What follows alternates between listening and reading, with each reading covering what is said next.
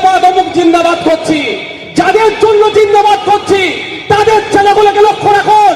English মিডিয়ামে private স্কুলে পড়াচ্ছে, বিদেশে পড়তে পাঠাচ্ছে, আর যারা জিন্দাবাদ দিচ্ছে তাদের ছেলের ভবিষ্যৎগুলো ধ্বংস করে দিচ্ছে। এটা বলি আমাদের উপরে না কি হচ্ছে কি হচ্ছে না আপনাদের ছেলেগুলো বুকে হাত দিয়ে বলুন। যারা ঠাকুর হরিচাঁদ গুরুচাঁদ ঠাকুরকে মানে, বিভিন্ন মতদর্শে বিশ্বাসী, বিভিন্ন ধর্মে বিশ্বাসী, বুকে হাত দিয়ে বলুন। আর যদি না বিশ্বাস হয় আজকে বাড়ি চলে যান, গিয়ে আপনার বাড়ির ছেলেগুলোকে টেস্ট করুন। ক্লাস 3 পড়ে বাচ্চাগুলো আছে না, প্রাইমারিতে যাচ্ছে, গিয়ে জিজ্ঞাসা করুন, ওকে ডাকুন, 3 বাচ্চাকে অঙ্কের বইটা খুলে দিন। প্রথম অনুশীলন 1, তাই তো বলে নাকি অনেকদিন আগে পরিচিত। অনুশীলন 1 দিন দিয়ে অঙ্কের বইটা খুলে দিন, দিয়ে বলুন একটু অঙ্কটা করতো বাবাকে, একটু অঙ্কটা করতো। যে যার বাড়িতে গিয়ে দেখবেন অন্য বাড়ির ছেলেকে করতে হবে না। 5-6 পড়ে আপনার বাড়ির ছেলে মেয়ে ডাকুন আজকে সন্ধ্যায় বাড়ি গিয়ে, দিয়ে পেন আর খাতাটা দিন, তোর নাম, তোর বাবার নাম, তার মায়ের নাম, কোন স্কুলে পড়ে আর তার ঠিকানা ইংলিশে লিখে দিতে বলুন তো। চ্যালেঞ্জ করছি আমি, 100 জন গেলে 90 জন ফেল করবে। তাহলে কার ক্ষতি হচ্ছে? আপনাকে তো ধর্মের আফিম খাইয়ে রেখেছে।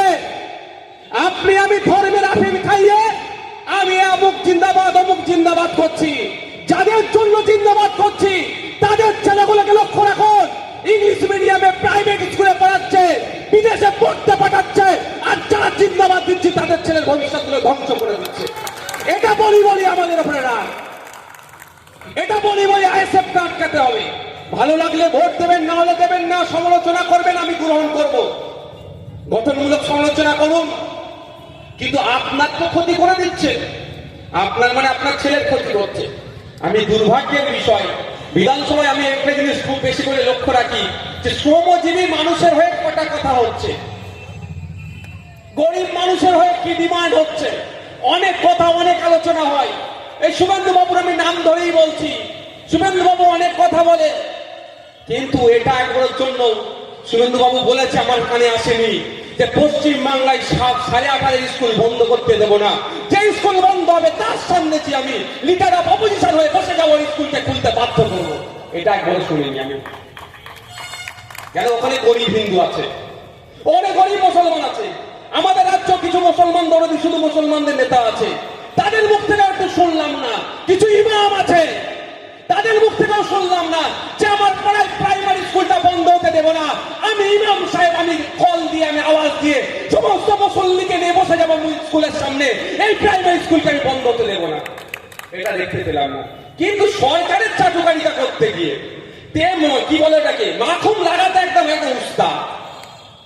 রাগ কেন আমাদের উপরে ভাই? এরা চাইছে আপনার বাড়ির ছেলেটা না প্রশ্ন করে, এরা চাইছে আপনার বাড়ির ছেলেটা না কিছু জানে।